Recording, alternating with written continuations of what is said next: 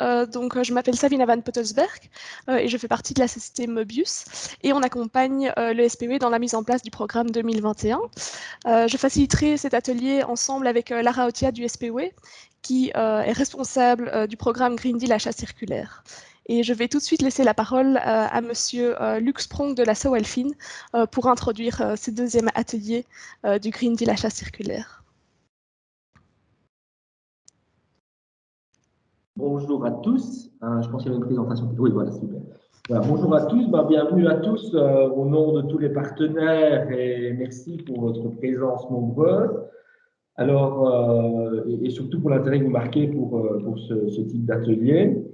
Alors, donc pour rappel, on va passer au slide suivant. On a prévu, il est prévu différents ateliers qui durent tous de l'ordre de 10-15 minutes sur différents sujets qui, je suis certain, sont plus qu'intéressants dans cette démarche. Donc voilà, je ne vais pas parcourir le plan, mais vous le connaissez probablement tous, sinon vous allez le découvrir au fur et à mesure. Alors moi, je vais me présenter. Donc je fais partie du groupe SOALFIN.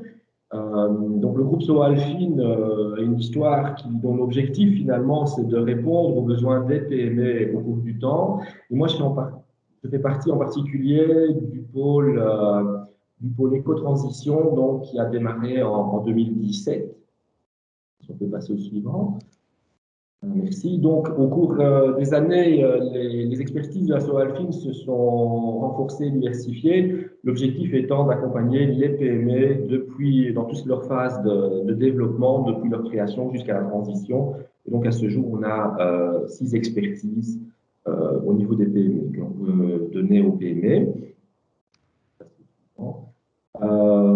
Donc moi, comme je vous l'ai dit, je suis partie du pôle éco-transition et on est parfois plus connu sous le générique Easy Green. Donc ce n'est pas qu'un dispositif de financement, on a vraiment 3 axes, un axe de sensibilisation, un axe d'accompagnement et évidemment un axe de financement. Donc au niveau sensibilisation et accompagnement, on va passer au slide suivant. Oui, je vais un peu vite parce qu'on essaie de bien tenir le timing. On réalise la sensibilisation et l'accompagnement des PME grâce, entre autres, à un réseau de référents qui sont distribués un peu partout en Wallonie. Il y a des référents qui sont plus régionaux et des référents qui sont plus thématiques. Et l'objectif, c'est vraiment de à la fois sensibiliser, mais aller jusqu'à l'accompagnement des entreprises dans cette transition économie circulaire bas carbone.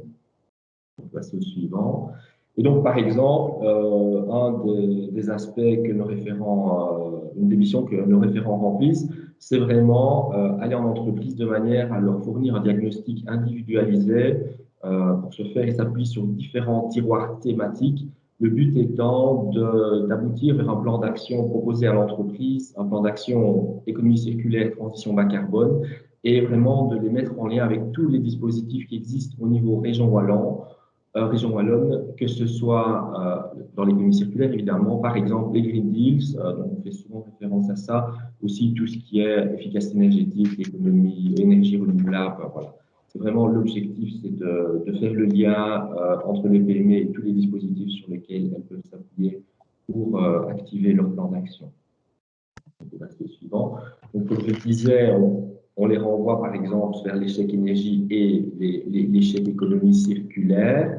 L'échec économie circulaire ont pour objectif vraiment d'aider l'entreprise à, dans une première phase, réaliser, démarrer des projets orientés économie circulaire avec un subside qui peut atteindre les 75% du montant de l'intervention de l'expert labellisé. Il faut que l'intervention soit réalisée uniquement par des experts labellisés en région Wallonne. On peut passer au suivant. Alors, au niveau financement, le financement Easy Green, donc, est là pour aider vraiment les entreprises, une fois que le plan d'action a été établi, si elles ont des besoins de financement divers pour mettre en place les actions d'économie circulaire, de transition bas carbone. On peut financer tous les aspects transition énergétique, que ce soit efficacité énergétique du bâtiment ou des procédés, tout ce qui est énergie renouvelable, tout ce qui est aussi réduction des gaz fluorés, puisqu'il y a une volonté de basculer les anciennes installations qui contenaient des gaz présentant un GWP élevé vers des solutions beaucoup plus éco-friendly, je vais dire, avec des gaz plus propres. et aussi tout ce qui est éco-innovation, dont l'économie circulaire est un axe. Et en 3 mots, le type de financement, ben, il est intéressant pour les entreprises. Pourquoi? Parce que typiquement, on peut fournir des prêts sous plein de formes, mais typiquement subordonnés, avec des conditions financières qui sont le taux RS plus une marge qui est conditionnée en fonction du risque du projet. Donc, on essaie toujours de minimiser au maximum. Il est possible d'avoir une franchise sur le prêt. Et typiquement, enfin pas typiquement, le plafond du financement est de 1 million par projet, limité à 3 millions par en cours. Donc, voilà toute l'équipe. Donc, quand vous avez des questions, n'hésitez pas à revenir vers l'équipe. Voilà, je ne vais pas tous les présenter, mais certains sont plus experts en économie circulaire, d'autres plus dans l'analyse des projets financiers. Mais voilà. Donc, n'hésitez pas à revenir vers nous si vous avez une autre question. Merci à tous. Un grand merci pour ce mot d'introduction, Monsieur Spronk. Je vais maintenant laisser la parole à Lara Otia, qui va nous donner donc un aperçu du parcours d'apprentissage qui est en cours, et alors aussi introduire la thématique du jour. Oui, merci beaucoup, Sabina. Bonjour à tous. Alors, je vais vous présenter, donc, vous le savez très bien, aujourd'hui, c'est le 2e atelier du programme 2021. Le premier atelier, si vous l'avez arrêté, il est bien disponible encore en ligne, sauf les sessions parallèles, donc en équipe d'achat, mais ça, vous pouvez quand même retrouver tous les contenus des équipes. Ah, je vois que le changement d'écran a changé. Chez moi, Sabina. Oui, je vais reprendre. Voilà, normalement, c'est OK. Ouais, parfait, merci. Et donc, finalement, comme vous pouvez le voir, on suit au niveau de chaque atelier les différentes étapes d'achat. Malheureusement, à cause du Covid, on ne peut pas faire l'étape 4 déjà maintenant. Donc, vraiment connaître l'offre circulaire disponible sur le marché, rencontrer les fournisseurs. C'est quelque chose qu'on fera en septembre. Voilà, on espère, on veut vraiment le faire en présentiel. Comme ça, vous pouvez vraiment rencontrer les fournisseurs, discuter avec eux et bien comprendre l'offre. Et donc, on passe déjà à l'étape 5 aujourd'hui, qui est comment choisir une procédure qui favorisera l'innovation circulaire et surtout comment traduire votre stratégie d'achat circulaire dans un cahier des charges concret ou dans un marché concret. Voilà, alors, un bref rappel du planning. On est aujourd'hui le 20 avril. N'hésitez pas, si vous ne vous êtes pas encore inscrit, à vous inscrire pour le 4 mai, donc la session parallèle en équipe d'achat. Le 14 septembre, on aura donc cet événement annuel. Et ensuite, on continuera au niveau des ateliers en octobre et en décembre. Alors, slide suivant. Merci. Alors, le 5 mars, c'est vrai qu'on on a un peu sondé les différents participants des équipes d'achat pour voir c'est quoi vos besoins et essayer vraiment, au fur et à mesure de ce programme, de nous adapter. Donc, ce qui est ressorti, c'est notamment que vous avez envie d'avoir des checklists assez précises pour les étapes d'un achat circulaire, bien sûr des clauses et des cahiers comment adapter finalement vos cahiers des charges et une meilleure information sur le marché. Alors, c'est toutes des choses qu'on va faire avec vous. Je prends l'exemple du cahier des charges, mais ce sera notamment le cas lors aujourd'hui avec certains intervenants, mais aussi lors des équipes d'achat. Et on a aussi des outils, mais on les présentera après par rapport à ces cahiers des charges. Slide suivant. Voilà, alors les sessions parallèles, si vous l'avez raté, le 5 mars, c'était quoi? Donc, par équipe d'achat, on a réfléchi ensemble à quelles sont les meilleures stratégies à adapter pour la thématique. Donc, ici, sur le slide, vous voyez pour les textiles. Et ça a été traduit ensuite en un slide concret avec les meilleures les stratégies plutôt les plus courantes, les plus simples à adopter pour chaque domaine. Et vous pouvez retrouver tout ça sur le site web. Slide suivant, merci. Alors voilà, maintenant, je vais rentrer très concrètement sur la thématique du jour. Et j'ai de nouveau plus ton écran, Sabina.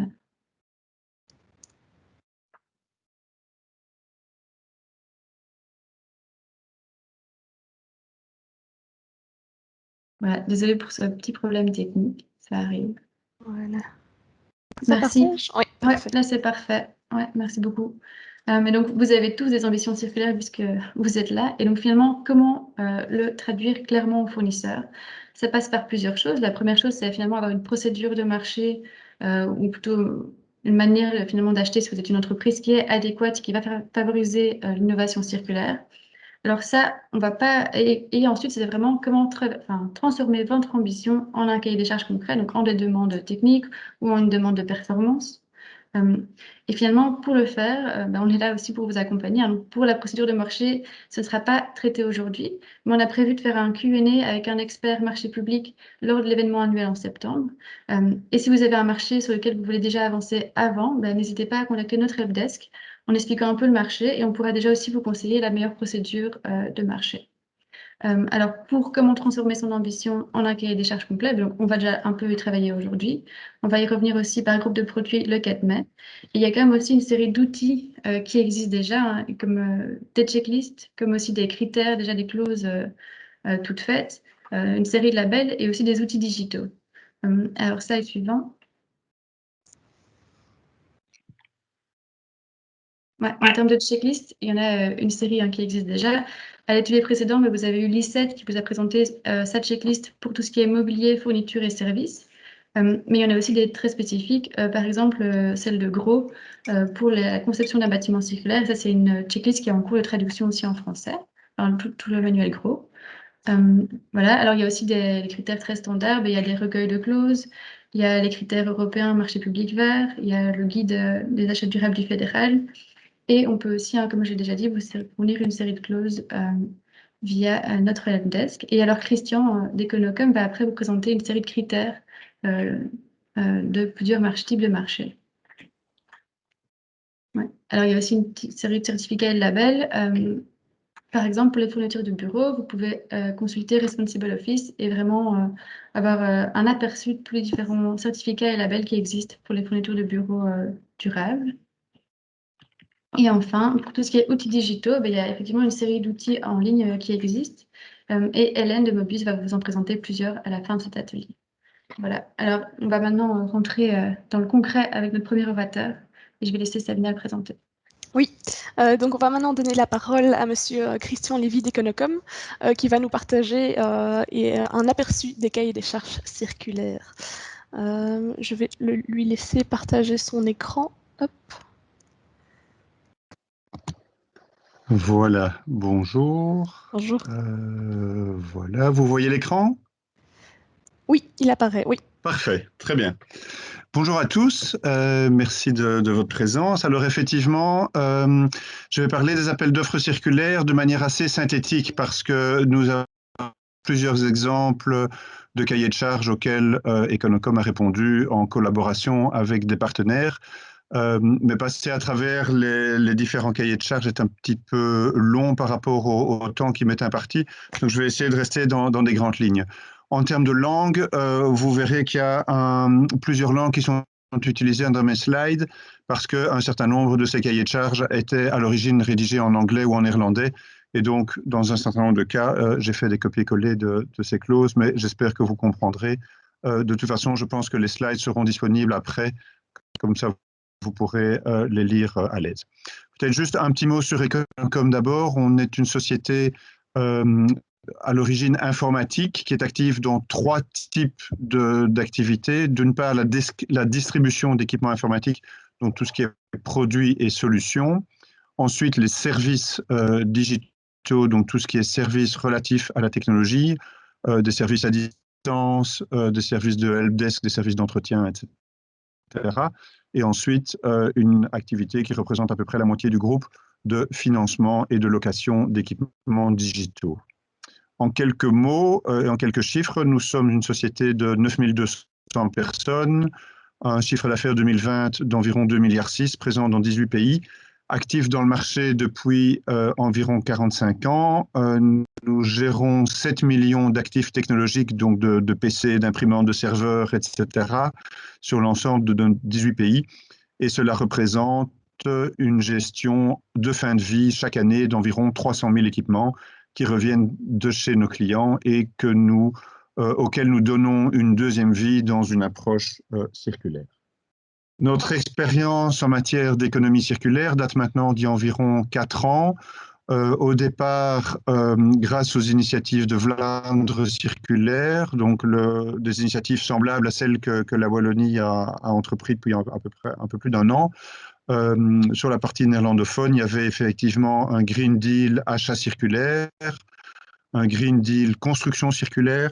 Il y a un certain nombre d'initiatives favorisant le lancement de projets tels que Circulaire Kickstart. Econocom étant aussi une société qui fait partie du secteur technologique, nous sommes membres d'Agoria, et au sein d'Agoria, il y a tout un groupe de travail et un réseau d'apprentissage sur l'économie circulaire. De par notre métier financier, nous sommes également membres de l'association belge de leasing et je suis président de la commission économie circulaire de l'association belge de leasing. Et bien entendu, nous sommes également membres du Green Deal économie circulaire en Wallonie. Donc concrètement pour aujourd'hui, je vais vous donner quelques points d'attention et quelques meilleures practices sur les appels d'offres. Je vais rester à un niveau assez général, mais ça vous donnera, je pense, la philosophie et ce qu'il faut faire pour y arriver. Alors, d'une part, peut-être une tendance générale que vous constatez tous dans votre vie quotidienne et qui effectivement se traduit aussi dans la vie des entreprises, dans la vie des administrations, c'est l'importance de plus en plus marquante de la notion d'usage par rapport à la notion de propriété. Et dans l'économie circulaire, vous avez compris que finalement, ce qui est important, c'est plus la fonctionnalité du produit plutôt que sa possession, puisque dans une approche de fonctionnalité, on est plutôt dans un usage plutôt qu'une propriété et une gestion du cycle de vie qui fait que dans un certain nombre de cas, le fournisseur a conçu ces produits pour qu'ils aient plusieurs vies au-delà du premier utilisateur et donc par rapport à la notion habituelle de propriété où je suis propriétaire, je garde aussi longtemps que possible et je gère l'ensemble moi-même, c'est plutôt une approche cyclique dans laquelle on étend le cycle de vie, on conçoit le produit pour qu'il soit réutilisable, pour qu'il soit facile à entretenir, pour qu'il soit facile à réparer, pour qu'il soit facile à recycler. Et dans un certain nombre de cas, effectivement, au lieu d'avoir une obsolescence programmée, le fournisseur fait le maximum pour que son produit ait une durée de vie la plus longue possible, pour qu'il ait, au lieu d'avoir un environnement fermé dans lequel finalement le produit n'a pas de deuxième vie, au contraire, on a des environnements ouverts dans lesquels plusieurs parties peuvent gérer plusieurs étapes de ce cycle. Plusieurs parties peuvent intervenir pour la rétrologistique en fin de cycle, pour le recyclage, pour la réutilisation des matières premières. Ce n'est pas un fournisseur qui fait tout, mais c'est une chaîne de coopération. Et bien entendu, ces chaînes sont plus circulaires que les modèles traditionnels linéaires. Concrètement, en termes d'appel d'offres, qu'est-ce que ça signifie concrètement ? Le premier point, c'est de définir une fonctionnalité. Donc, ne pas définir le produit nécessairement dont vous avez besoin ou les caractéristiques exactement très précises de ce que vous avez besoin, mais plutôt quelle est la fonctionnalité. Ça veut dire qu'il faut d'une part penser non seulement aux produits, mais également aux services qui y sont liés, à ce que ça va donner comme résultat et pas uniquement aux modalités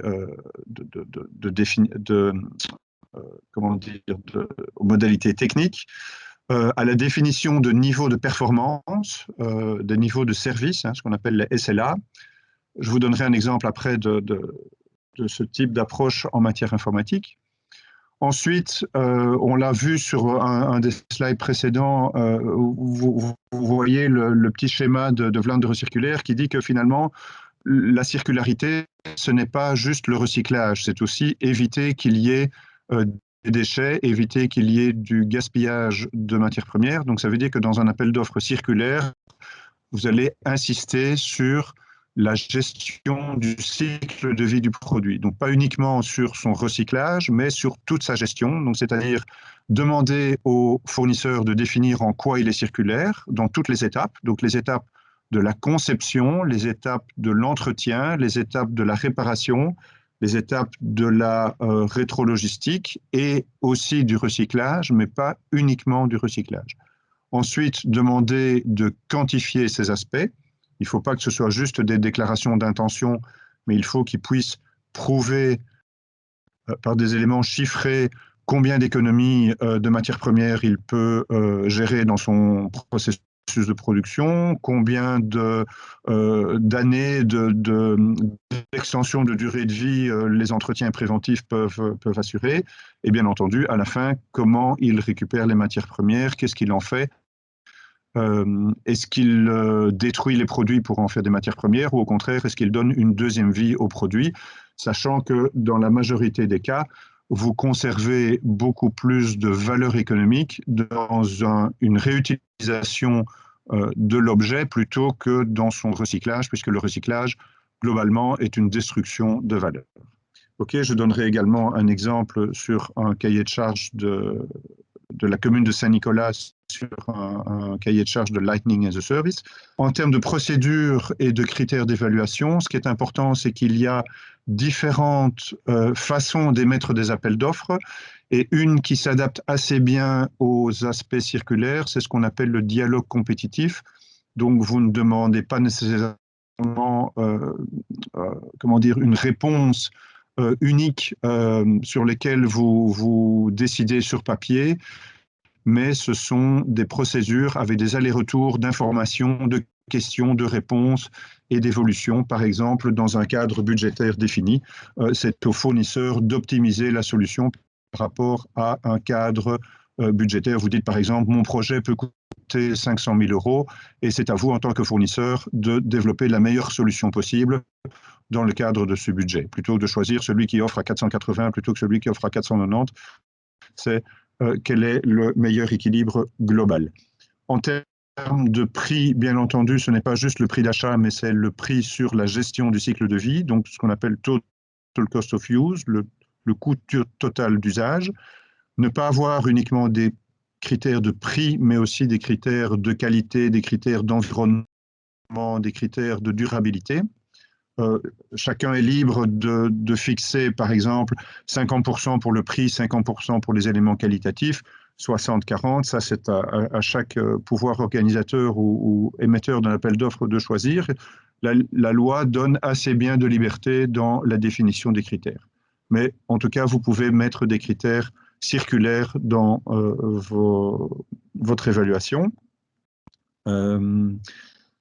Alors, la définition fonctionnelle, ça veut dire quoi? Donc, par exemple, en termes d'éclairage, vous n'allez pas dire « il me faut 50 lampes de tel modèle », mais vous allez dire « j'ai besoin de lumière, par exemple 8 heures par jour dans un environnement bureau ou 15 heures par jour, par exemple, dans un environnement de hall de fabrication ou d'entrepôt de stockage. » Vous dites « j'ai besoin de telle intensité de lumière en fonction du fait que c'est du travail administratif ou c'est un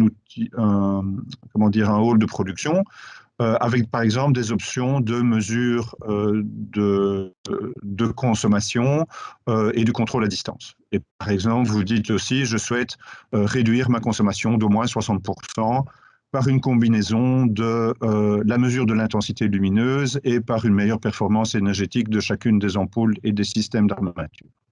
Voilà, ça c'est le type de définition qui est utilisé. Par exemple, nous avons également collaboré à des projets de recouvrement de sol. Donc là, le client dit je souhaite un revêtement de sol qui absorbe les bruits dans un environnement administratif, qui respecte l'air ambiant et n'émet pas d'émissions nocives de par les matériaux qui y sont utilisés, qui est facile à entretenir, qui est facile à réparer. Et nous voulons une transparence du cycle de vie sur les éléments qui ont constitué les produits qui sont installés et également quelles sont les vies ultérieures qui vont être données à ces matières premières et par exemple à ces dalles de tapis. Monsieur Lévy, je voulais juste préciser, il reste 5 minutes. Ou pour les postes de travail. Oui, je vais accélérer. Parfait. Donc, Merci. Le cycle de vie, typiquement pour l'informatique, ça veut dire la livraison, un catalogue, des buffer stock, de la livraison, du helpdesk, du remplacement de ce qui tombe en panne. Voilà, ça c'est un petit peu ce qui se passe. En matière d'éclairage, donc typiquement, ce cahier de charge, par exemple, de la commune de Saint-Nicolas disait « Je veux une solution circulaire, l'enlèvement des systèmes existants, l'installation des nouveaux systèmes, la fourniture de lumière conformément à des indicateurs de performance, l'entretien et la gestion écologique de fin de vie. » Il y avait des points qui étaient attribués, par exemple, sur 100 points, il y avait 5 points sur la logistique durant le cycle de vie, donc la gestion des pièces détachées, la gestion des emballages, etc. Et 5 points à la fin pour le recyclage. Donc les critères, bien entendu, la qualité, la technique et les prix dans une approche globale. Donc, par exemple, un des cahiers de charges qu'on a traité, c'est celui de l'aéroport de Schiphol, qui est un des acteurs les plus à la pointe en Europe. Il avait mis 70% pour les aspects qualitatifs et 30% pour les aspects de prix. Dernier aspect de best practice, c'est être conscient que tous les fournisseurs ne savent pas offrir à eux seuls la solution circulaire. Donc, laisser la place dans les cahiers de charges pour la possibilité pour le fournisseur de travailler en co-création, de travailler en consortium.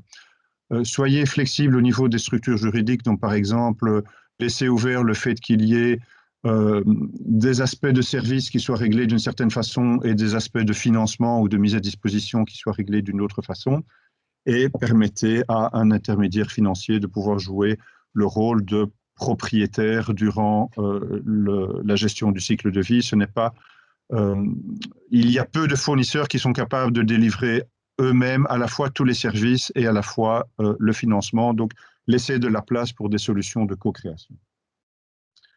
Donc là, vous le verrez dans la présentation, mais effectivement, la commune de Saint-Nicolas avait rajouté des clauses afin de couvrir ces aspects-là. Pour en savoir plus, bon, pour l'instant, le rapport existe en néerlandais, mais chez Econocom, nous avons publié un rapport sponsorisé par Vlaanderen Circulaire sur toutes ces problématiques de financement de l'économie circulaire et notamment des appels d'offres. Et bien entendu, voilà mes coordonnées si vous avez d'autres questions. Voilà. J'ai été assez vite, j'espère que vous en avez tiré les éléments essentiels. Je reste à disposition pour des questions supplémentaires dans les sessions de questions-réponses. Merci beaucoup. Merci beaucoup. Je vois qu'il y a quelques questions qui sont apparues. On va peut-être prendre 2-3 minutes pour y répondre. D'accord. Lara, je te donne la parole ou... Oui. Mais oui, effectivement, il y a notamment une question. On vous demande donc comment, quand on n'est pas spécialiste, évaluer valablement les réponses des fournisseurs. N'est-il pas un risque de rester sur du déclaratif? Alors effectivement, donc il faut challenger les fournisseurs, c'est-à-dire que ne prenez pas pour argent comptant ce qu'ils vous donnent, mais notamment demandez-leur de prouver par des calculs ce qu'ils affirment. Par des certificats, par des exemples pratiques d'autres cas qui ont été gérés de cette façon-là.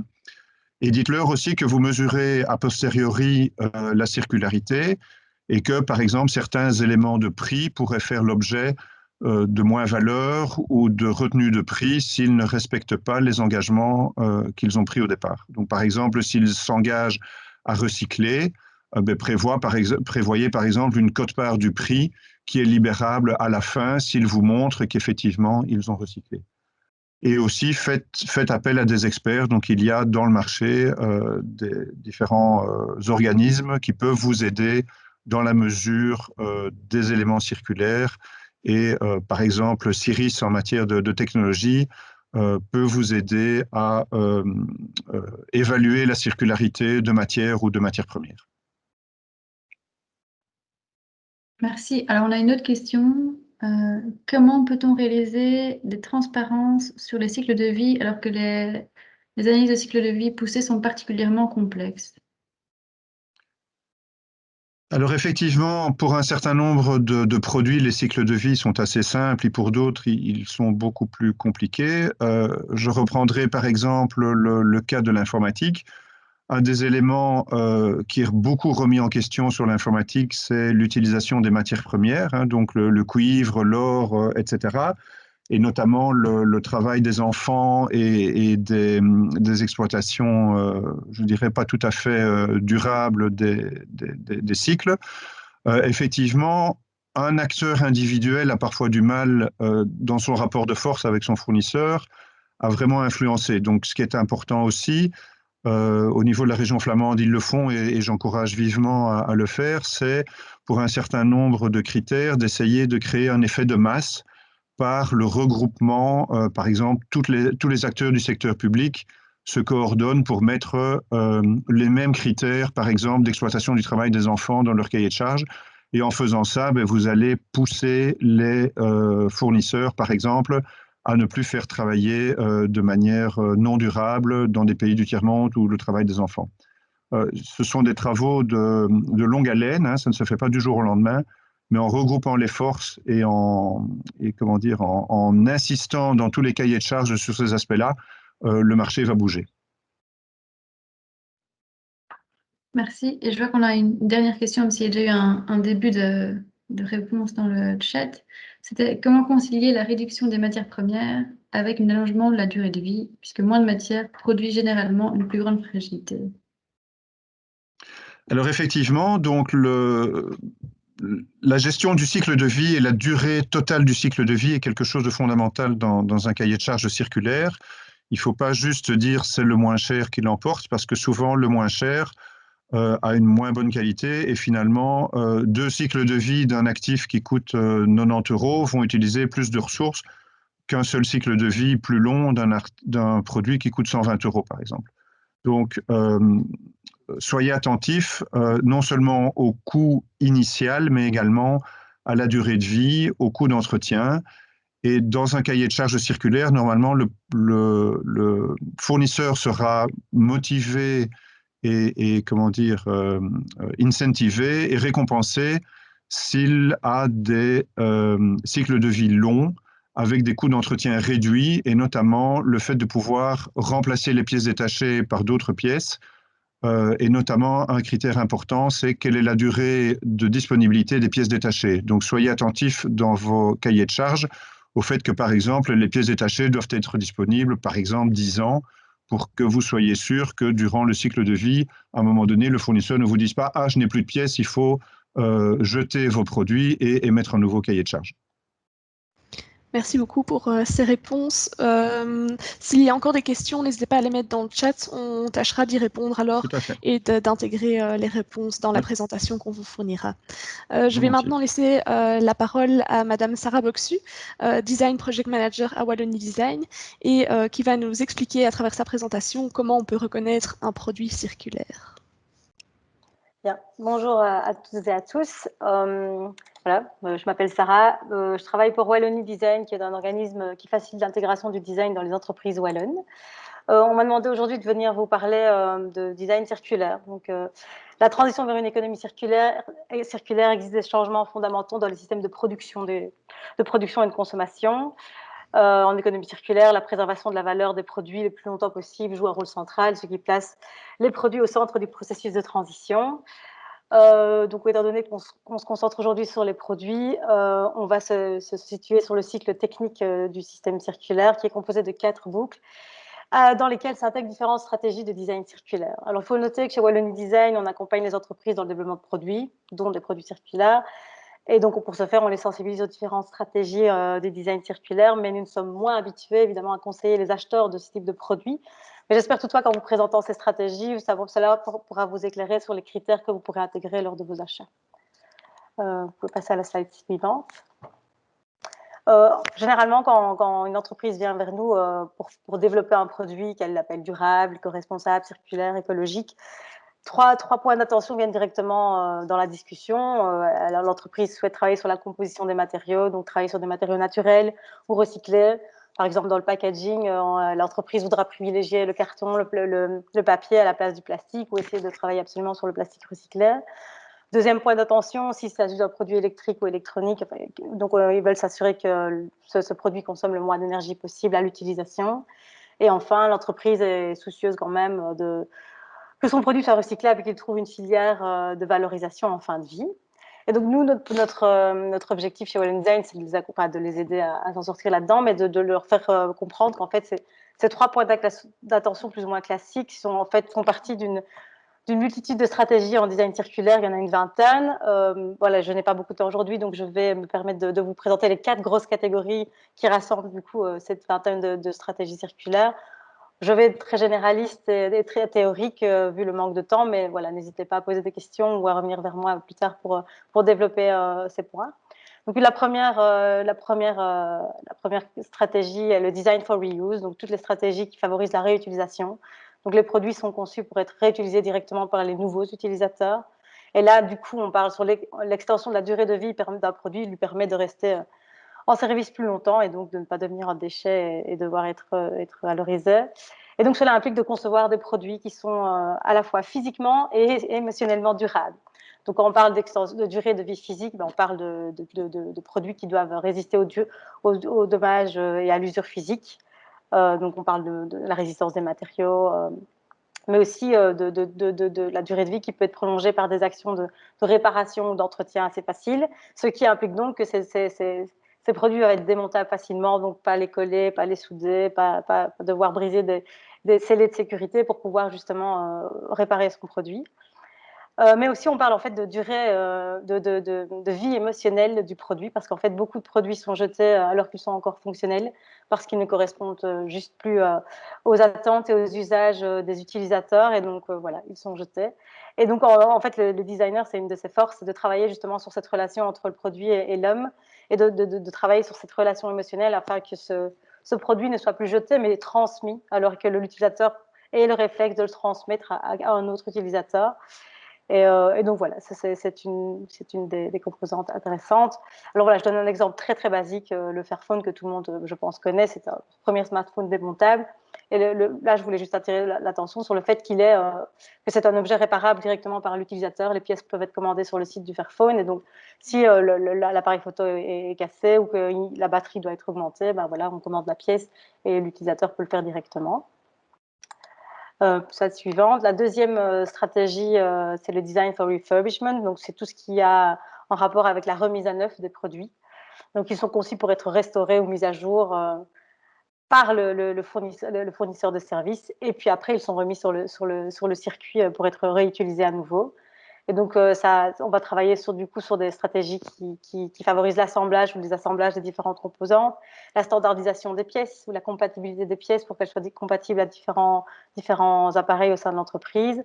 Et enfin, on va penser le produit avec des possibilités d'évolution et de mise à jour. Et donc là, on revient sur ce côté usage qui évolue de l'utilisateur. Et donc, le but, voilà, c'est de pouvoir remplacer une pièce ou deux et de ne pas devoir jeter tout un produit à cause de cela. J'ai choisi un exemple aussi assez basique, mais qui ne date pas d'hier, c'est Canon qui, depuis 1995, en fait, remet à neuf ses appareils multifonctions. Et donc, ils ont mis en place un système de collecte de leurs appareils. Et en usine, ils les redécomposent, ils décomposent toutes les pièces, ils les nettoient.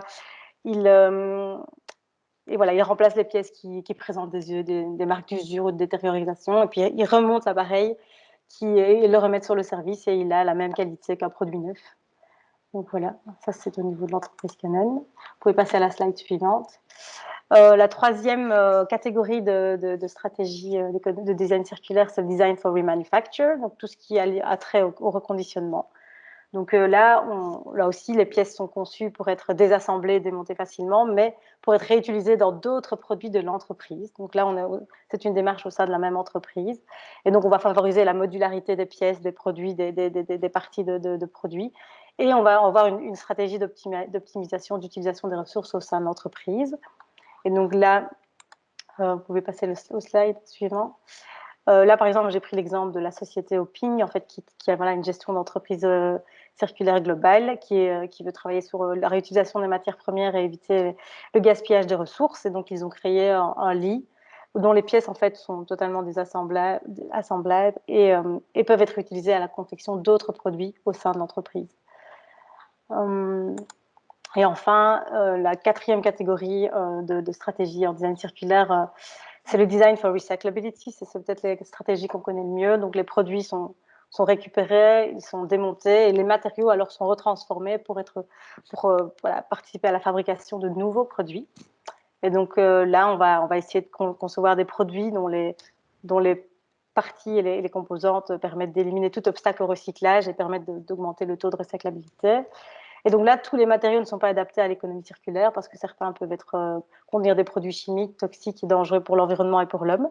Et donc du coup, il faut essayer de travailler sur la nature des matériaux. Soit on on opte pour des matériaux naturels qui peuvent se décomposer naturellement et retourner donc dans l'environnement sans problème, ou alors pour les matériaux qui ne peuvent pas retourner comme ça à l'environnement, comme les métaux, les plastiques, les produits chimiques synthétiques ou autres. Enfin, le but, c'est justement de limiter alors leur nombre dans la composition du produit, essayer de travailler sur des monomatériaux, ou alors de limiter tout ce qui est adhésif, colorant ou peinture pour justement optimiser le recyclage, la séparation de ces matériaux pour pouvoir les recycler et les renvoyer directement dans un circuit de valorisation pour qu'ils ne finissent jamais en décharge.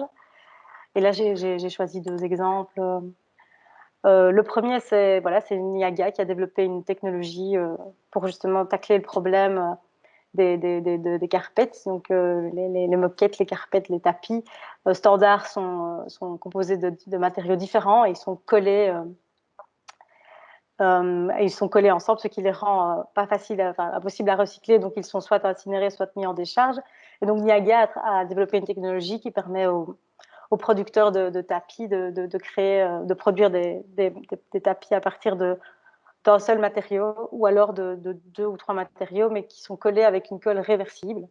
Et donc, du coup, en fin de vie, le tapis, les matériaux pourront être séparés et à nouveau réinjectés dans le processus de fabrication de nouveaux tapis. Voilà, ce qui permet d'économiser évidemment beaucoup de matériaux et d'énergie. Et ici, on est sur un exemple d'objet à usage unique qui est l'applicateur de maquillage qui est traditionnellement fabriqué à base de mousse expansée en plastique.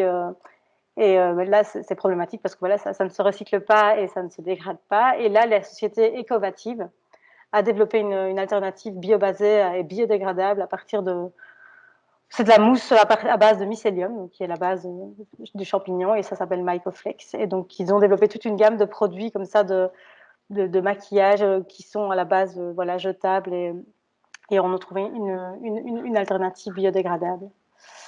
Donc voilà, donc, les stratégies de design circulaire, il y en a plusieurs qui se regroupent dans ces 4 catégories. L'idéal, évidemment, c'est de privilégier les stratégies qui incitent la réutilisation, la remise à neuf et le reconditionnement, parce que concevoir des produits de manière à ce qu'ils soient facilement utilisés, facilement réparés, facilement reconditionnés, garantit que les matériaux restent le plus longtemps possible dans le circuit et donc gardent une valeur maximale pour l'entreprise, mais aussi pour les utilisateurs. Mais donc, ces différentes stratégies que je n'ai pas du tout toutes citées, elles se combinent en fait. Il n'y a pas une stratégie pour un seul produit. Ça dépend évidemment de la nature du produit et votre secteur. Et donc là, je montre juste une image de la société Arène, qui est une société hollandaise qui fabrique des produits de mobilier de bureau. Et eux, en fait, ils ont décidé de baser leur modèle sur du leasing. Donc, ils louent le mobilier. Et donc, du coup, la conception de produits se base sur la modularité, le démontage et l'extension de la durée de vie. Comme ça, en fait, voilà, le client loue au mois ses fournitures de bureau. Et dès qu'elles reviennent chez Arène, ils peuvent les réparer et les entretenir pour pouvoir les réinjecter chez d'autres clients. Voilà. Donc, encore une fois, en fonction de votre produit, il y aura différentes stratégies à combiner. Par exemple, pour les produits électroniques et électriques, j'ai déjà quand même quelques entreprises, elles parlent beaucoup des coques en plastique recyclé, mais peut-être d'abord privilégier la réparation et le travail sur la composition des matériaux avant justement d'aller sur une coque en plastique recyclé. Et enfin, je voulais finir avec ça. Avant toute stratégie de design circulaire, ce qui est pas mal, c'est vraiment important d'identifier les besoins des utilisateurs, donc identifier à quelle fonction le produit va répondre, à quel problème on veut répondre. Moi, dans mon cas, c'est le développement de produits, mais vous, c'est l'achat de produits circulaires. Et enfin, c'est bien de se focaliser sur le produit, de tous ses composants, et pour veiller à ce qu'ils soient réutilisés ou recyclés correctement, mais aussi voir dans quel système et dans quel environnement il va être utilisé pour justement pouvoir comprendre comment il va être utilisé et pouvoir anticiper ça dans la fabrication du produit. Et donc, nous, chez Wallonie Design, on défend vraiment le rôle du designer en tant qu'allié de cette démarche circulaire, parce que dans la méthode de travail du designer, il intègre les besoins et les usages dans la conception de produits. Donc voilà, j'ai été très généraliste pour parler des différentes stratégies du design circulaire. Mais voilà, si vous avez des questions ou vous souhaitez approfondir ce sujet avec moi, je suis tout à fait disponible maintenant ou alors par email. N'hésitez pas. Merci pour votre attention. Merci. Ouais, merci beaucoup, Sarah. Je vois qu'on a déjà en tout cas une question. Dans l'exemple de Hopping, est-ce que le lit démontable fait partie de leur gamme standard ou est-ce une offre spécifique dans leur catalogue? Et finalement, est-ce qu'à la vente, il y a une différence de prix au client final sur ce produit? Je ne peux pas répondre au niveau de la question du prix, malheureusement. Maintenant, je sais que ça, c'est un exemple qui date déjà de quelques années, et c'était un exemple un peu phare. Donc, ça n'était pas intégré directement dans leur gamme de produits. Donc, pour le moment, ils restaient sur ce produit qui était un peu unique. Et puis, je pense qu'en fait, ils ont développé ça après, ils ont développé ça dans leur gamme standard, mais je ne peux pas en dire plus dans les détails. Désolée. Voilà, merci beaucoup. Pour le moment, il n'y a pas d'autres questions. Après, voilà, n'hésitez pas encore à les mettre dans le chat et on vous répondra. Un grand merci pour ces explications. Dans les présentations suivantes, vous allez entendre maintenant des exemples concrets de projets et de critères circulaires qui ont été mis en place. Et donc, je vais tout de suite donner la parole à Monsieur Ivo van Zandewegen, coordinateur du Centre d'excellence matériaux de construction durable au sein de Colruyt Group, et qui vous présentera les méthodes de construction circulaire intégrées dans leurs bâtiments. Votre micro. Ah oui, parfait. Ça ira mieux comme ça. Merci Savina. Donc voilà, effectivement, je m'appelle Ivo van Zandwegen, je travaille chez Colruyt Group et je coordonne en fait les projets qui ont comme objectif de diminuer l'impact environnemental de nos bâtiments et plus spécifiquement l'impact environnemental lié avec les matériaux de construction qu'on utilise. Et donc, je vais vous partager ce qu'on fait chez Colruyt Group actuellement. Avant que je fasse ce partage-là, je vais vous brièvement expliquer de quoi consiste Colruyt Group en la totalité, parce que c'est comme une grande entreprise et pas tout le monde connaît la totalité de notre entreprise. Donc, en gros, on est un retailer où on vend des produits à des particuliers, donc des produits de food, via Colruyt, Dreamland, Dream Baby, OK, etc. Mais aussi des articles non-food, comme chez Bike Republic et Zep. Donc, ça, c'est la plus grande partie de nos activités, donc le retail vers les consommateurs. En deuxième partie, on a encore une partie qui fait du retail en grossiste, si vous voulez. Donc, en Belgique, via Retail Partners Colruyt Group, mais également en France, via Coccinelle, etc. Et en Belgique, on a également un service qui s'appelle Solutions qui fait des commandes, qui prépare des commandes et qui fait des livraisons à des hôpitaux, à des écoles, à des crèches, etc. Donc, des petites entreprises. Donc, ce sont les deux plus grandes parties. Et comme troisième partie, on a encore des autres activités. Simeta, c'est une imprimerie qui prévoit des impressions internes, donc pour toutes nos activités, mais aussi pour des clients externes. À côté de cela, on a encore DAS24 qui est un distributeur de carburant, aussi avec un focus pour les carburants verts, comme des investissements dans l'hydrogène, par exemple, des bornes rechargeables électriques, le CNG. Et à côté de ça, on a encore Eoli et Parkwind qui sont spécialisés dans la production et distribution de l'électricité. Donc l'électricité produite via des éoliennes, via des panneaux photovoltaïques. Et donc ça, c'est pour la livraison d'électricité interne, donc pour tout le groupe, Colruyt Group, mais aussi pour des autres entreprises et pour des autres particuliers. Donc voilà, ça en gros. Et ça, je vous explique parce que tous ces activités-là ont besoin de beaucoup d'employés. Donc, on a plus que 30 000 employés en totalité.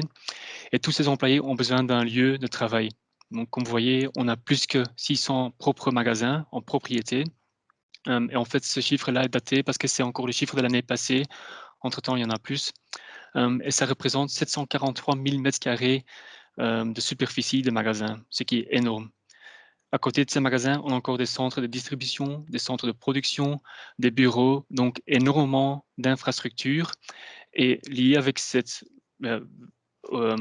énorme chiffre d'infrastructures, on a aussi un impact environnemental important. Un premier focus qu'on a mis dans le passé, c'était vraiment de diminuer la consommation énergétique, dont Eoli et DAS24 et Parkwind, qui sont des exemples pour vraiment diminuer et faire en sorte que notre énergie qu'on consomme est plus verte. Un autre aspect, un autre focus qu'on a actuellement depuis quelques années, c'est de faire en sorte que les matériaux qu'on utilise pour nos bâtiments, les matériaux de construction, mais aussi les matériaux qu'on utilise pour l'infrastructure, sont plus durables. Et donc là, il y a deux trajets qu'on a lancés. Un trajet, c'est vraiment regarder dans le passé OK, les bâtiments qu'on a actuellement dans notre patrimoine ont été construits il y a 20 ans, 30 ans, 40 ans. Comment on peut faire en sorte que si on va rénover ces bâtiments-là, qu'on le fait d'une manière durable, qu'on fait d'une manière qu'on peut récupérer des matériaux ou des matières primaires. Ça, c'est le premier trajet.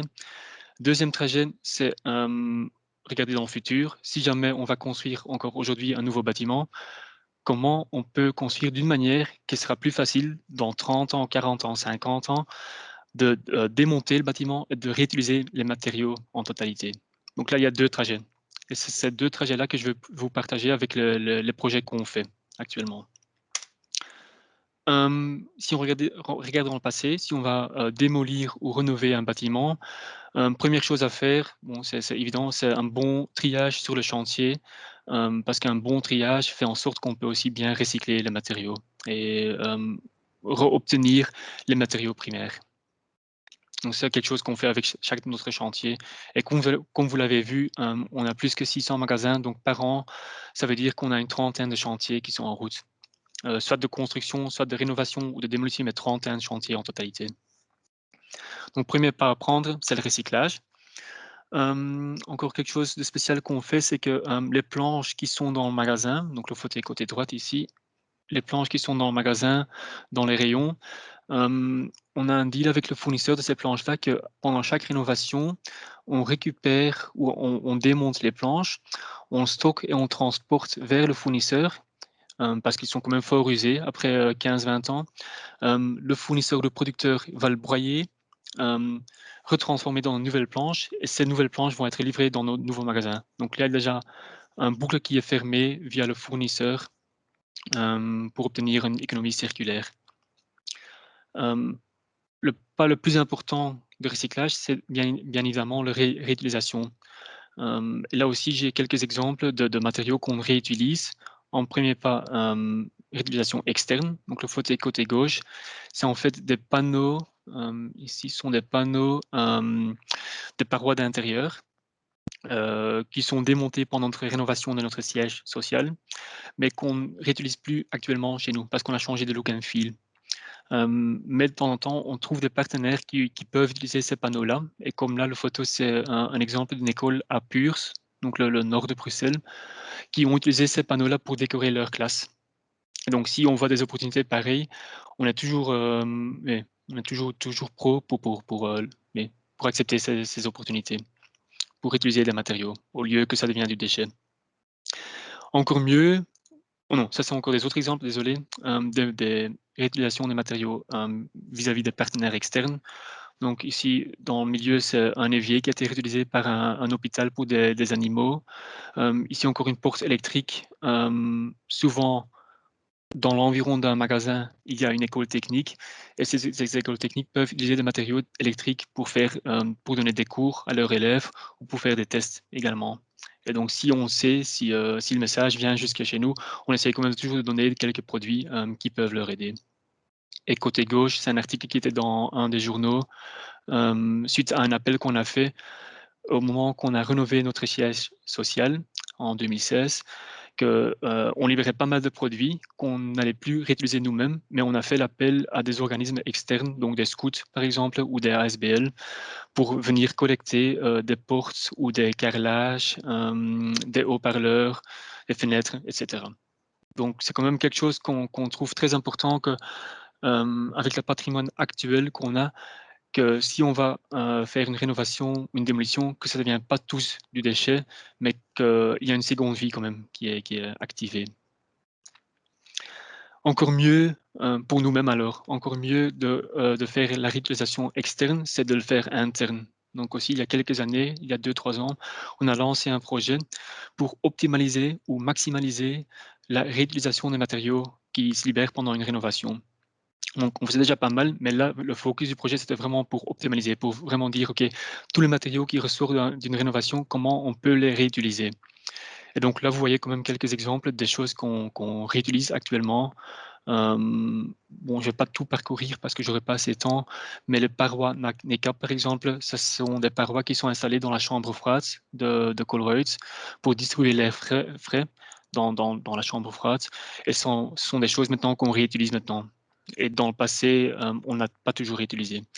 Parce que on est toujours très pro, ou on soutient toujours l'idée de réutiliser les matériaux, mais tout ce processus-là, ça a un impact très fort sur notre organisation, parce que chaque matériau qu'on veut réutiliser, ça veut dire qu'on doit le démonter d'une certaine manière, on doit le stocker, on doit le transporter.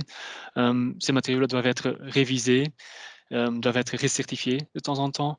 Donc, ça a quand même un très grand impact sur notre organisation, et c'est pas si évident de tout réutiliser. Donc, voilà. Mais on y tient quand même. Si jamais on n'arrive pas à réutiliser un matériau pour la fonction originale, on essaye aussi de regarder comment on peut réutiliser le matériau pour des autres fonctions. Et là, vous voyez un exemple d'une grille qui avant était dans les supermarchés, dans le rayon non-food. Mais vu que l'assortiment non-food a changé et que le look and feel du magasin a également changé, ces grilles-là n'étaient plus nécessaires dans le magasin même. Mais on a réfléchi comment on peut réutiliser ces grilles-là et on a trouvé une fonction comme support pour un mur végétal, ici par exemple. Donc ça aussi, on essaye de le faire. Ça, en bref, c'est le regard dans le passé. Donc le patrimoine actuel qu'on a, des magasins qui ont été construits il y a 20, 30, 40 ans, comment on peut faire en sorte que nos rénovations ou notre démolition soient plus durables.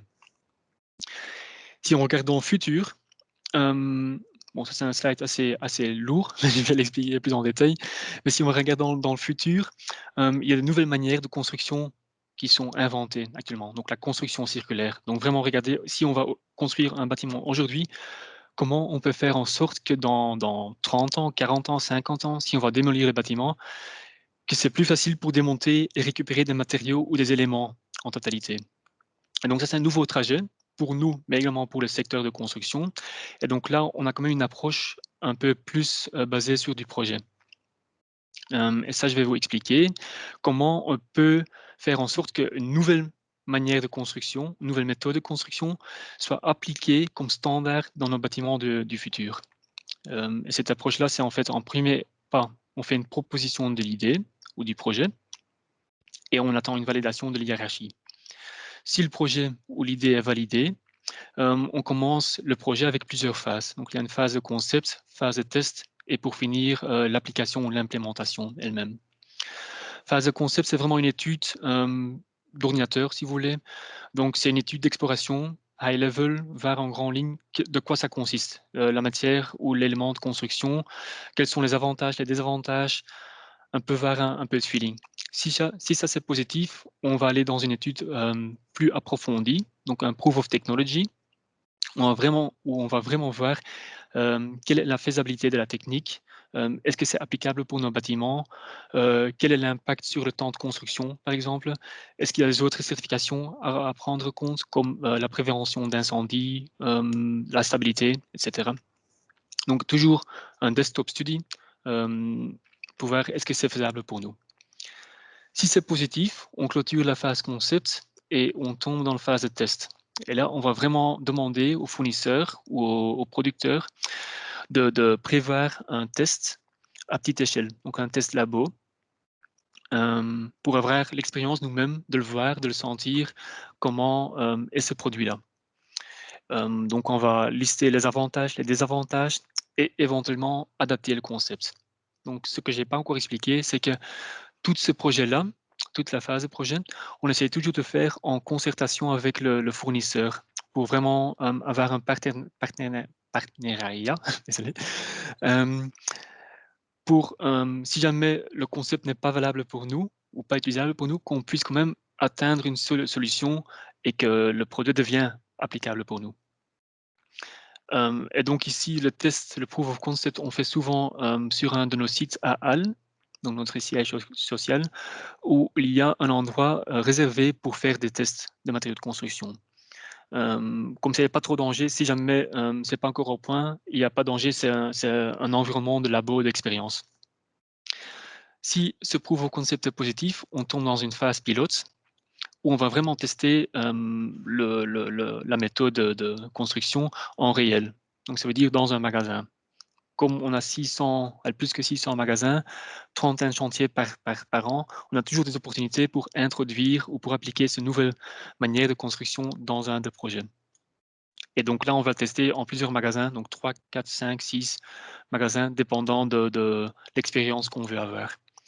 Et si cela est positif, alors on passe dans la phase finale pour dire que, OK, maintenant ce matériau est devenu un standard. À partir de maintenant, on va utiliser ce matériau ou ce type de construction pour tous nos bâtiments. Monsieur Van Zantwegen, juste pour préciser, il reste 2 minutes environ pour votre présentation. OK, merci pour la précision. Ça tombe bien parce que maintenant j'allais très vite. Il y a encore 4 slides. C'est en fait des exemples concrets de ce qu'on fait maintenant. Ici, il y a un exemple d'un sol qu'on utilise, qu'on fait en phase pilote. Donc, elle est testée en plusieurs magasins. Là, vous voyez une photo du Dreamland à Waterloo. Et le sol est démontable après. Si encore en bon état, on peut le réutiliser. Si pas en bon état, on a un deal avec le fournisseur qu'il reprend et qu'il recycle dans de nouveaux produits qu'on peut de nouveau racheter. C'est un exemple. Deuxième exemple, c'est un paroi intérieur qui est aussi démontable et la structure est réutilisable. Les panneaux, si encore en bon état, sont également réutilisables ou recyclables. Et ça également, c'est testé en plusieurs magasins actuellement. Dans le passé, on a testé une façade extérieure qui était en proof of concept, donc on l'a testé dans un magasin. Et là, vous voyez la photo du OK à Build. Mais il y a encore quelques points d'amélioration à faire. Et là, on attend l'amélioration du fournisseur avant qu'on puisse aller dans la phase prochaine. Et puis quelques exemples une structure de toit qu'on a étudiée, mais on n'a pas testé vu que c'était en fait trop lourd pour notre structure et aussi le prix était très important. Il y avait une grosse différence de prix avec notre toiture traditionnelle pour vous dire que pas tout est une histoire de succès. Et qu'il y a encore quelques exemples de matériaux de construction qui sont encore en étude d'exploration. Donc, de nouveau, un système de façade et un système de fenêtres circulaires. Et je vous remercie pour l'attention. Un grand merci pour ce bel exemple. Je vais peut-être laisser les questions pour tout à la fin. On va peut-être d'abord écouter encore l'exemple de Madame Anne Dosch, lead buyer du service procurement finance au sein de Bipost, et qui va donc nous présenter les critères circulaires intégrés dans les cahiers des charges pour l'achat de distributeurs de boissons. Merci, bonjour à tout le monde. Donc, je m'appelle Anne et je travaille pour Bipost comme lead buyer. Tout d'abord, je suis ravie de constater qu'il y a beaucoup d'intérêt pour cette session. Comme pour vous, aussi pour Bipost, l'entrepreneuriat durable est un pilier très important.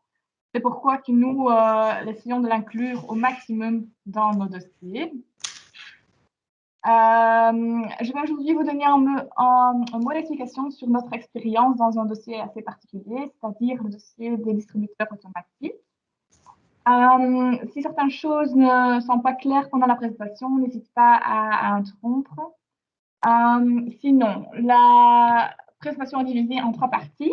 Donc, tout d'abord, je vais vous dire un petit peu plus sur l'entreprise Bipost. Puis, je vais parler de la stratégie du projet d'achat concernant les distributeurs automatiques. Et pour finir, on va conclure avec quelques renseignements. Donc voilà, un aperçu de l'entreprise Bipost. Vous connaissez tous Bipost de livraison de courrier et de colis en Belgique, mais nous faisons plus que ça. Nous sommes un partenaire dans la logistique de l'e-commerce en Europe, en Amérique du Nord et en Asie. Nous sommes donc non seulement en pleine croissance, mais aussi en pleine transition. L'objectif est de passer d'une entreprise postale classique à une entreprise de-e-commerce omnichannel. Pendant cette transition, nous attachons beaucoup à la durabilité, non seulement parce que nous y croyons nous-mêmes, mais aussi parce que nos partenaires et nos clients nous le demandent. Pour citer un bon exemple, attends, je vais vite. Voilà. Désolée. Pour citer un bon exemple, il y a Zalando, par exemple, qui nous a demandé de faire sortir la livraison sur les derniers kilomètres et ne produisent aucune émission. Donc, la demande de nos clients, comme Zalando, est en fait, mais aussi nos clients finaux en matière, les clients finaux aussi, eux, ils demandent de plus en plus qu'on soit conscient de notre responsabilité sociale. Et puis, il y a cette demande qui est aussi par les autorités publiques qui répondent également en modifiant leur législation. Et il s'ensuit que la durabilité est devenue l'un des piliers centraux de notre stratégie. Donc, voilà. Donc dans notre stratégie, on a la stratégie Connect 2026 et là, il y a tout un pilier sur l'environnement.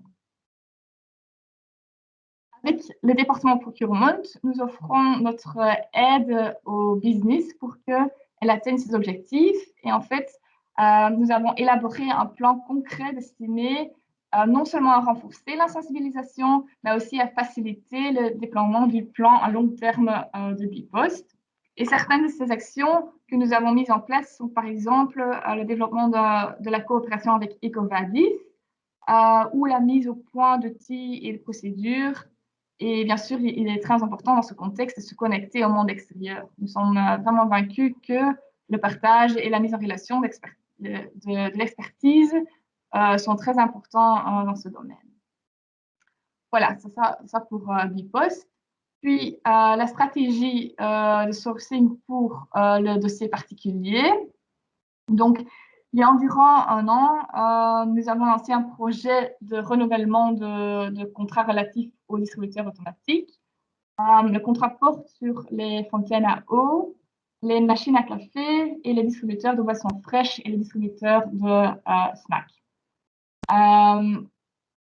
Première étape dans ce dossier est d'abord définir les business requirements.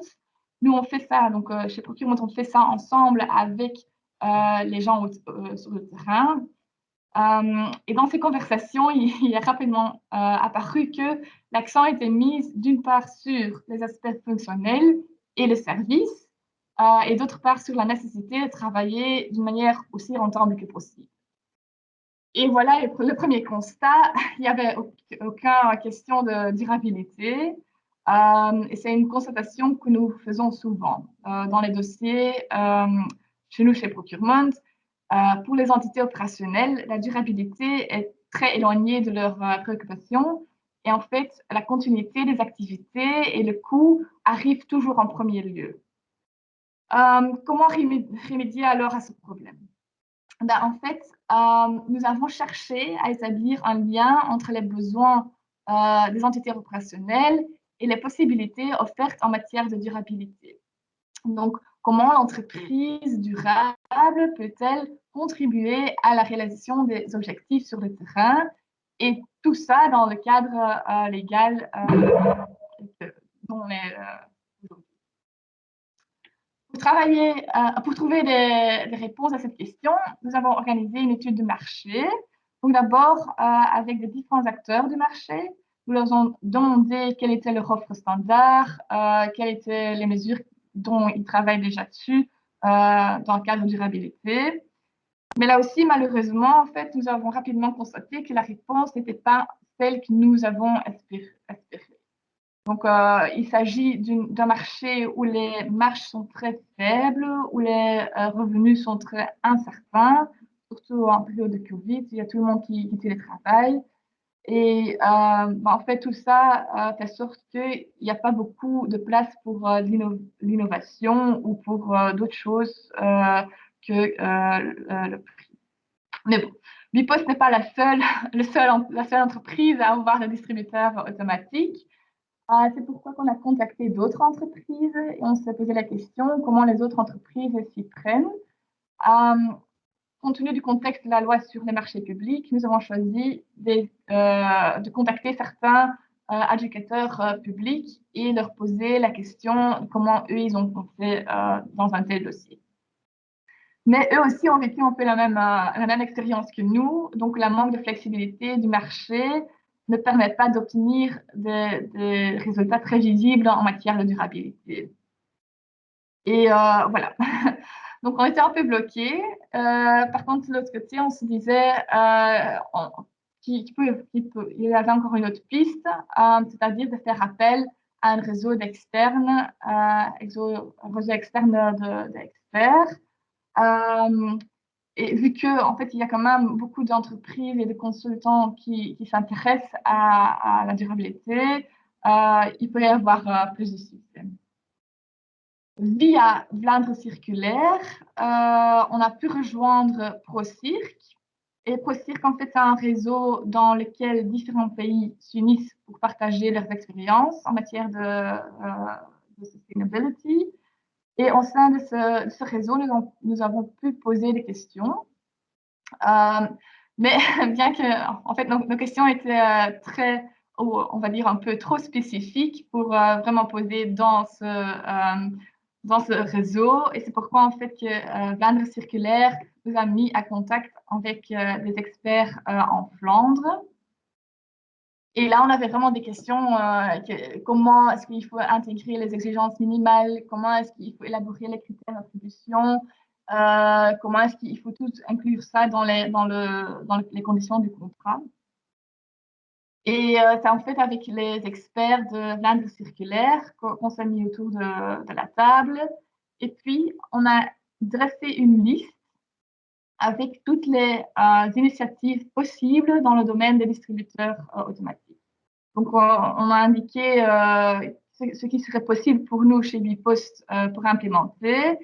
Et puis, on a fait une liste et ensuite, on a classé les initiatives en catégories afin de pouvoir les traduire dans l'RFP, dans le contexte de la loi sur les marchés publics. Très concrètement, comment est-ce qu'on l'a fait?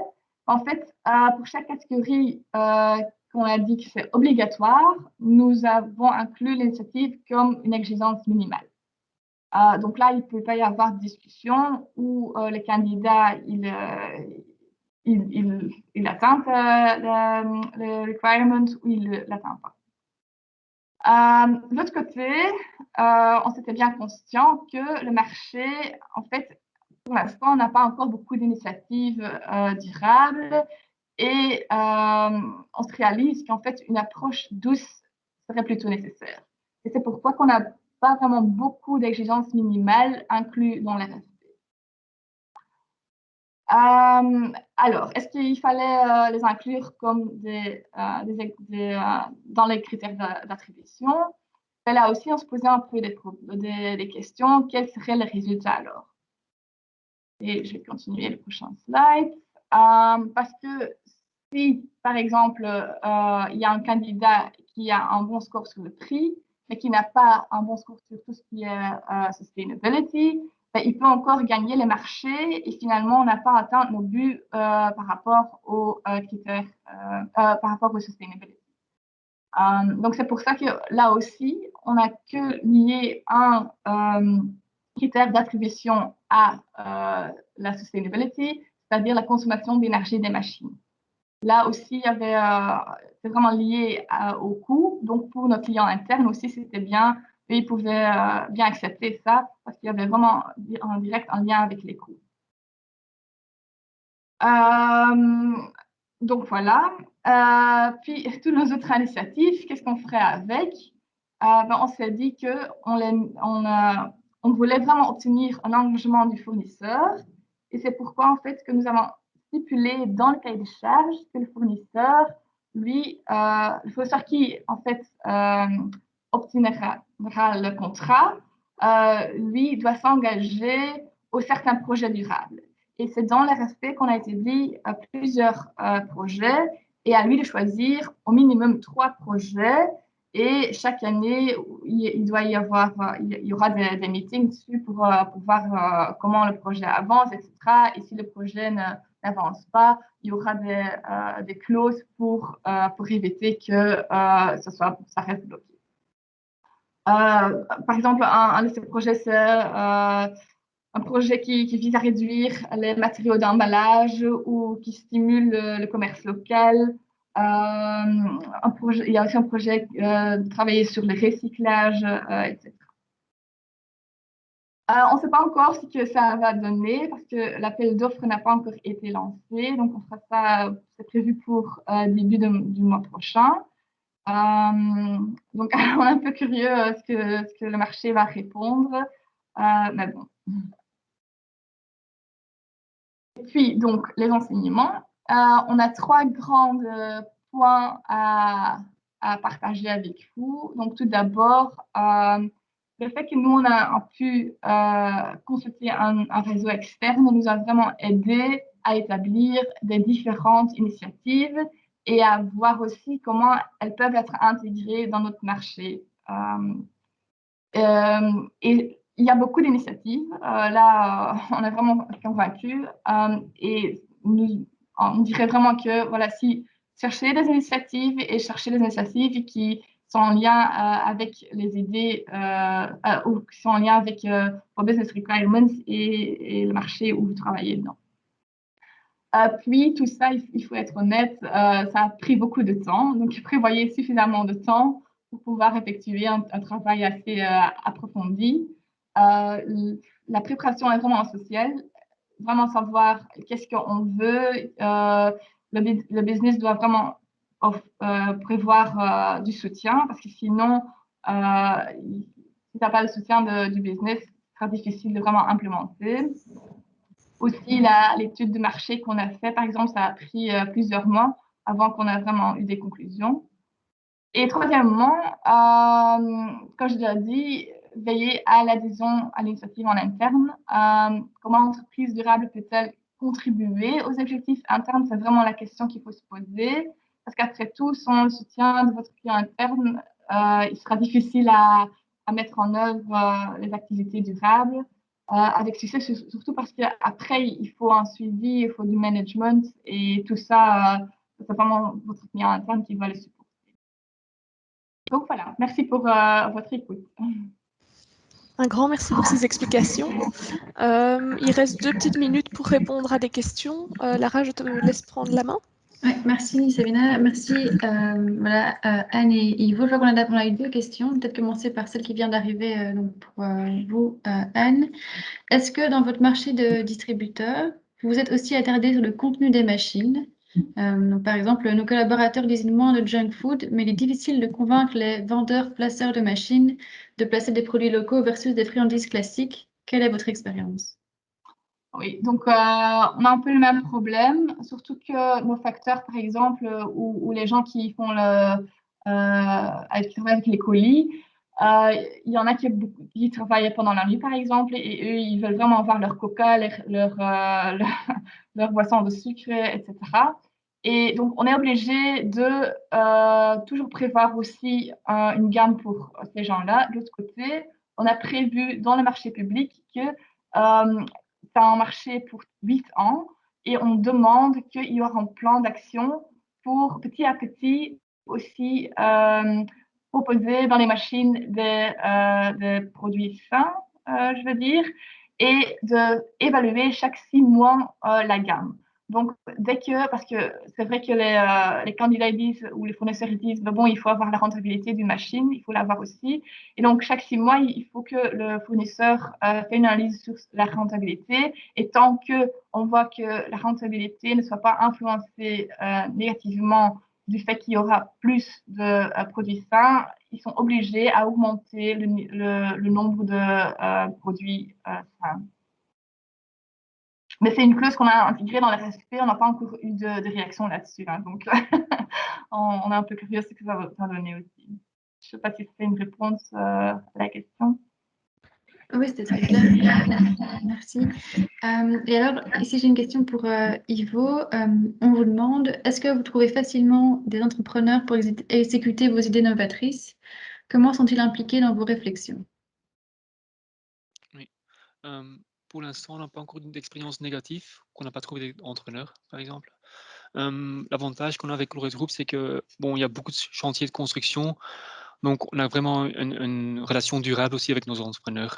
Il n'y en a pas qu'un, il y en a plusieurs, mais on travaille déjà longtemps avec eux et ils savent aussi, les entrepreneurs, qu'on va encore travailler longtemps avec eux. Donc, ils sont toujours ouverts pour lancer de nouvelles idées. Et comme l'exemple du paroi d'intérieur qui était dans ma présentation, pour ce genre de système, on travaille avec 2-3 entrepreneurs fixes et on a fait les tests avec eux pour vraiment avoir leur feedback aussi, comment eux ils ressentent le produit qu'est-ce qu'ils trouvent de ce produit-là. Même chose avec le sol qu'on est en train de tester. On a aussi des entrepreneurs fixes et on partage le projet avec eux en soi. Ok, merci beaucoup. Je vois qu'on a aussi une question, mais qui là, enfin, je ne suis pas sûre que vous saurez répondre, et je vois qui demande s'il y a des possibilités de projets financement intérêt dans la matière. Mais par exemple, le projet ProCirque, les projets pilotes ne sont pas financés. Donc voilà, je pense que ça, en tout cas en Wallonie, on a décidé de vraiment suivre de plus en plus au niveau régional ce type de financement européen et de tenir au courant les acteurs de la région. Donc ça, étant donné que vous êtes inscrit à la newsletter du Green Deal, vous serez tenu au courant de ce genre d'opportunités. En tout cas, c'est voilà, une idée, un objectif qu'on a pour dans le futur. Merci Lara, merci Ivo et Anne pour votre présentation et la réponse aux questions. Je vais donner maintenant la parole à ma collègue Ellen Versluis qui va présenter les outils digitaux d'achat circulaire existants. Bonjour, il nous reste quelques minutes dans la réunion, alors je passe rapidement en revue quelques outils. Il existe désormais plusieurs outils digitaux qu'un acheteur peut utiliser pour soutenir ses projets d'achat circulaire. Certains se concentrent explicitement sur la circularité, d'autres traitent de la durabilité dans un sens plus large, mais prêtent également attention aux aspects circulaires. Certains sont spécifiquement conçus pour les achats circulaires, d'autres servent à mesurer la circularité en général. Et certains sont conçus pour évaluer la circularité ou la durabilité d'un produit.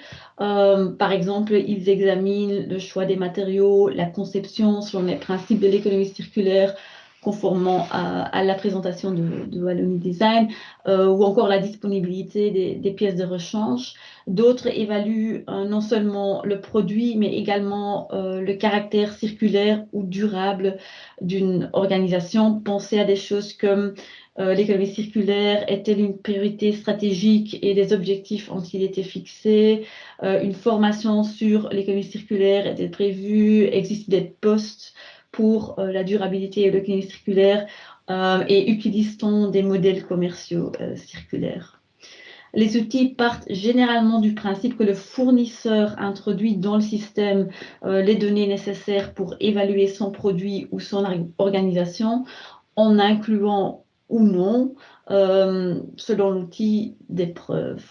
Et sur les slides suivantes que nous vous fournirons, bien entendu, nous donnons une brève explication sur 5 outils à notre avis utiles. Il y a d'abord sur la slide suivante Circular IQ qui permet aux fournisseurs de fournir des informations sur la circularité des matériaux et composants utilisés, et cela en coopération avec les partenaires de leur chaîne d'approvisionnement. Ça veut dire le fournisseur et le fournisseur du fournisseur peuvent travailler dans le même système, ce qui est certainement un avantage. Circular IQ utilise les indicateurs des principaux programmes de durabilité et d'économie circulaire existants comme Cradle to Cradle Certified, le Global Reporting Initiative ou encore des indicateurs de la Fondation Ellen MacArthur. Et grâce à Circular IQ, vous pouvez recueillir des informations sur l'impact CO2 d'un produit, l'utilisation d'énergie, les sources d'énergie, l'utilisation de produits chimiques, la possibilité de réutilisation, les accords de reprise, les aspects sociaux sont également abordés, l'utilisation d'eau et évidemment aussi l'origine et les caractéristiques des matériaux utilisés, tels que contenu recyclé ou matériaux renouvelables. L'exactitude des données dans ce outil dépend du fournisseur et n'est pas vérifiée par l'outil en tant que tel, ce qui est un désavantage. Ensuite, il y a l'outil EcoChain.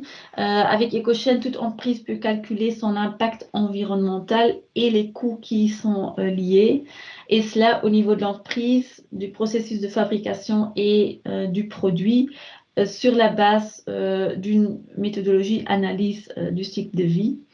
Et EcoChain donne un aperçu des hotspots environnementaux en examinant l'énergie consommée dans tous les processus, en examinant l'utilisation des matériaux dans la chaîne de production et l'analyse est faite sur le type et la quantité de matériaux et en examinant les émissions pendant la phase d'utilisation et de l'élimination du produit fabriqué.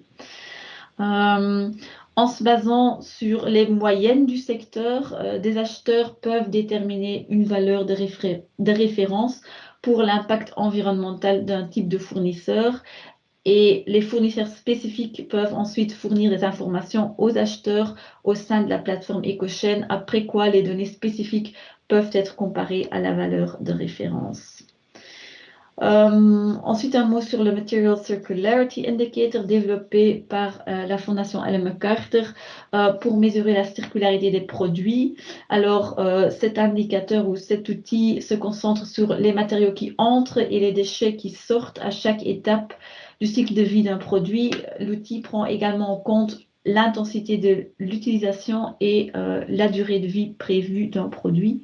Et l'utilisateur reçoit un score de 0 à 100 qui indique de façon très simple si le produit est plutôt linéaire ou plutôt circulaire.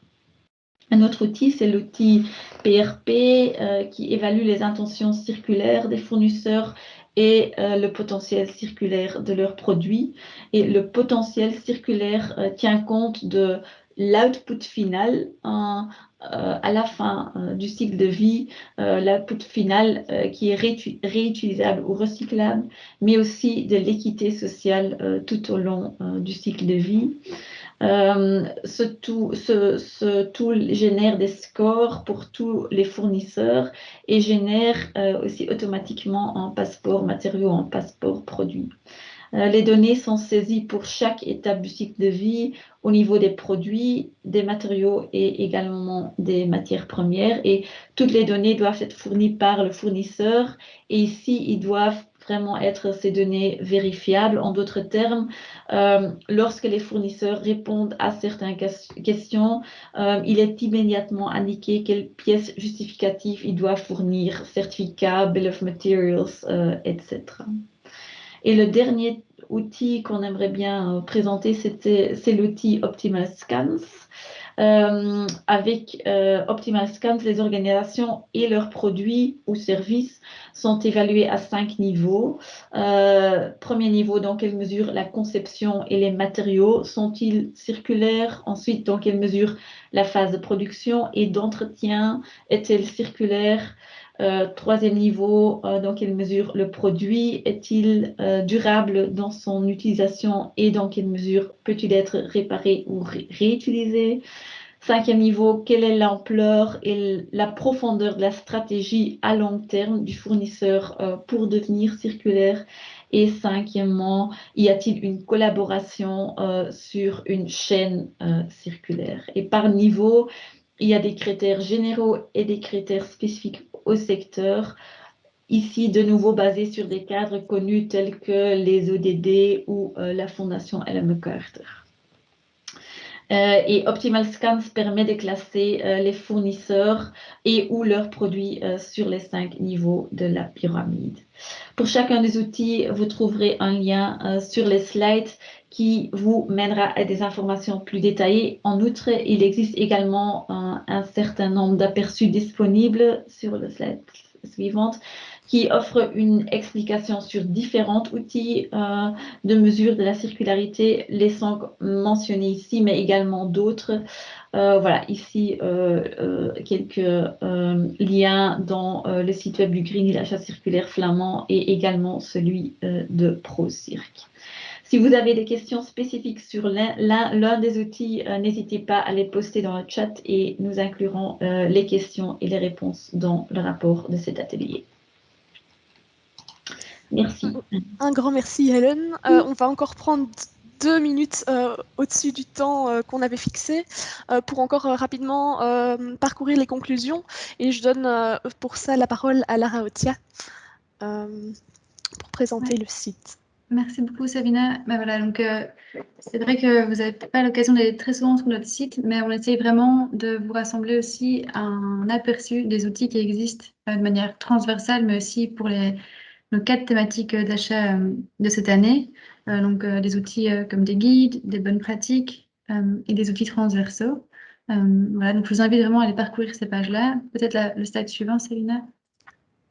Voilà, un outil transversal que j'ai déjà mentionné oralement, mais qui est vraiment, je pense, important de peut-être expliquer un peu plus en détail, c'est qu'on a un helpdesk qui est accessible aux entreprises et au pouvoir public signataires du Green Deal achat circulaire et qui est vraiment là pour vous aider à trouver les clauses, trouver si quelle procédure, si vous êtes un pouvoir public de marché appliqué, vous aider si c'est nécessaire dans la vérification des offres que vous avez reçues. Et donc, il suffit tout simplement de remplir un très bref formulaire et ensuite, on vous recontacte pour avoir un peu plus d'infos sur votre demande et vraiment vous répondre au mieux. Et vous recevez normalement une réponse finale en 10 jours ouvrables.